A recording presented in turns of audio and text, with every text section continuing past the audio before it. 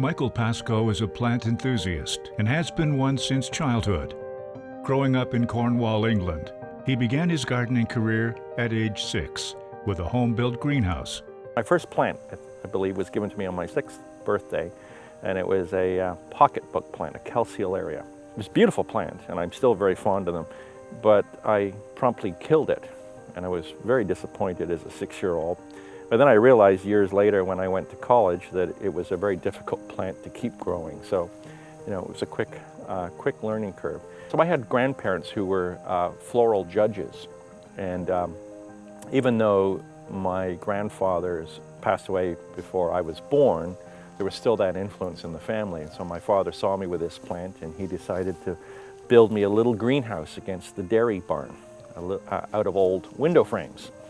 And I started to grow tomatoes and lettuce and sell them at school. And I had a teacher called Miss Clues who took a shine to me, I think, and she bought an inordinate amount of lettuce. And she must have given them away or thrown them out or something like that.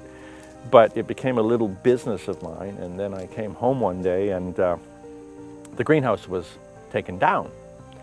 And my father, who was a bit of a practical joker, never told me why he took the greenhouse down. And I thought, I've done something bad, I've upset him. And at dinner table, he didn't say anything. And went to school the next day, somewhat sullen and glum, and came home the next day, and there was a bigger greenhouse in the spots, which, I think launched my career at a very, very young age.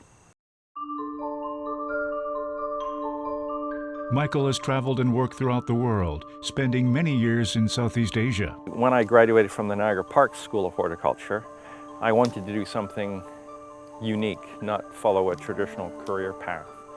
At the time I was offered well-paying jobs with Metro Toronto Parks departments and such, and I decided to take a very, very low-paying job, much to my parents' chagrin, and I took a job working for the government of Thailand in a leper colony in the northeast part of Thailand, just outside the city of Khon Kaen. And it was 14 leper villages surrounding a hospital.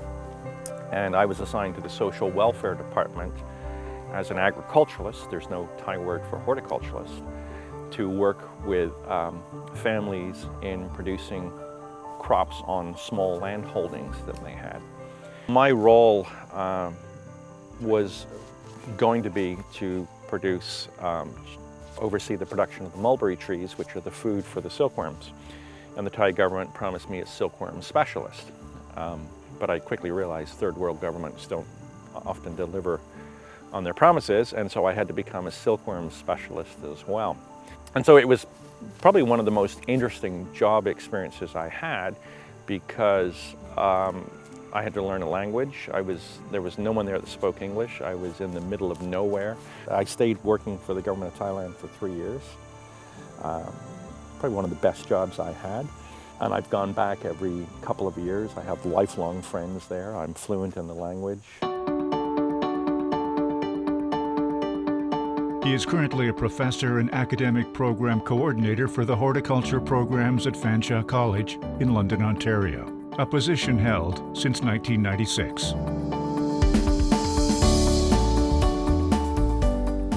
While the vast majority of Landscape Ontario members form and shape landscapes, Michael Pascoe does the same with young people wanting to enter the profession.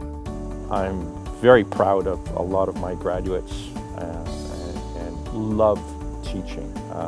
I find that, keeps you young, keeps you invigorated to share your knowledge, and keeps you fresh and on your game. My lectures never finish on time. They always finish on time, but the students never leave on time. Over the years, Pascoe has created an immense database and website called worldplants.ca. The site contains a complete database of plants and plant-related information that Pascoe gained through his experience in the garden and landscape profession. A number of years ago, I produced a course manual because I teach plant identification, and it's a pretty challenging topic for my students to grasp. I produced this manual where I went out and photographed plants, and we quickly realized that the manual became expensive to to produce because we needed colored pictures, etc. So then I decided to develop a website. Now, here's this non-technical person in horticulture developing one of the first external college websites, and it was quite a journey. And I've had lots of help doing it, and I've involved students in it over the years. And then through my travels, I'm an avid photographer, so we currently have, I would guesstimate, probably 50 to 60,000 images of plants up on the website with profiles, with pronunciation, with locations and public gardens all around the world. And it quickly moved from Ontario plants to Canada plants to now worldplants.ca.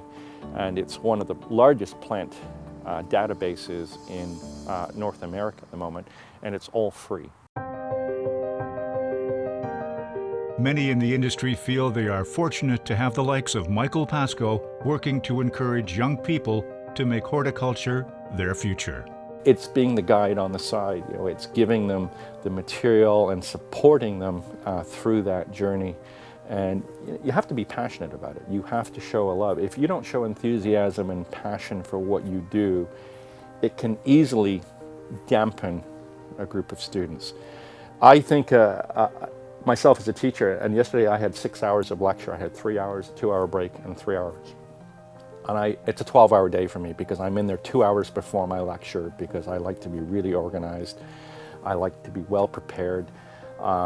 And then even the 2-hour break, I'm meeting with students. It's just a very, very long day. I came home exhausted, and I recognized that I had put everything I could into those lectures. I'm very proud when students come back and they're out in their careers and they call me and say, hey, can you help us with this? Or I've got this problem. Do you know what to do with, you know, I've got sick trees or this or that. And they have that connection, they have that network, and they have that comfortable aspect of going back to their instructors, their professors, and say, hey, you know, I still need you. I get to watch those businesses and organizations and individuals grow, and we're still supporting them. You know, they've graduated, but they're still one of my students.